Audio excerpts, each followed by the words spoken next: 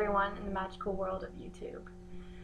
Today was the premiere in Trafalgar Square of Harry Potter and the Deathly Hallows, Part 2. And even though I didn't get to watch all of it, I got to see the very end of it where they had Jo, Emma, Rupert, Dan, the Daves, and, one or two other people up on stage. And I lasted until Emma started crying, and then I realized how big of a thing this was. These people have made such an impact on our lives in this part of our generation for the past 10 years, and it is finally coming to a conclusion. When the books came out, I didn't read them at first. They came out when I was probably in elementary school or early middle school, and I just didn't want to read. Well, first I got like the second or third book that it came out, and I started reading it, and I realized I needed to go back and read the beginning to understand sort of what was going on with the characters. And as soon as I picked up that first book again, and I saw the title of Chapter 1, Privet Drive, I fell in love. I fell in love with J.K. Rowling, and I fell in love with Harry Potter and Hagrid and Hermione and Ron and Dumbledore. And after that book, I was able to read and continue reading. I was at bookstores at midnight, queued to get the books, from the fifth one to the last one. Because by that point, the fourth one had already come out. And it's very hard to see that this is ending, because even though the movies are fantastic in their own way and they are done so brilliantly by the different directors that have done them, they cannot compare to the books.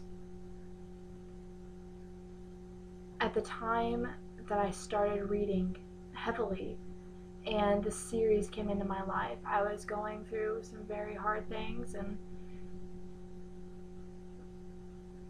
they saved my life. They took me to a world that I belonged in, it felt like, and it was just so amazing. And to see that these people, 3,000 plus people in Trafalgar Square, there to celebrate the same thing I am, is so fantastic. To see that J.K. Rowling is still so humble after all these years, because she's changed our life. Our lives will never be the same. It's hard to convey the feelings that are rushing through me, because once this movie ends, it's just like it's done. Regardless of the fact that we can read them or watch the movies again, there will be no more. It hurts. It really does. You feel like this is a part of your life, and it has been for over a decade. A decade. I am 21 years old. I was 11 when they started making the films, maybe 10. I remember when it first came out. It was in 7th grade in August or November. In August or November of 7th grade. And it was just superb. As I stated, they saved me. And I believe that. So many bad things can happen, but then to read about how Harry had to overcome these things, and how she talks about hatred and like racism and sexism, it's amazing. She was teaching us how to see people as equals and not as someone weaker or stronger than us. The mind is the most powerful thing, and love can conquer all. So even though Jo Rowling may never see this video, and neither will Dan, Rupert, or Emma, or anybody else, I want to thank you because you have changed my life. You have changed my life in such a way that I can never repay you.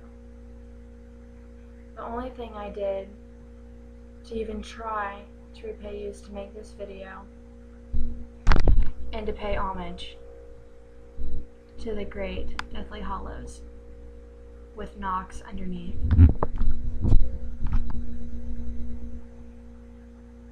And to all you fans around the world, J.K. Rowling said it best.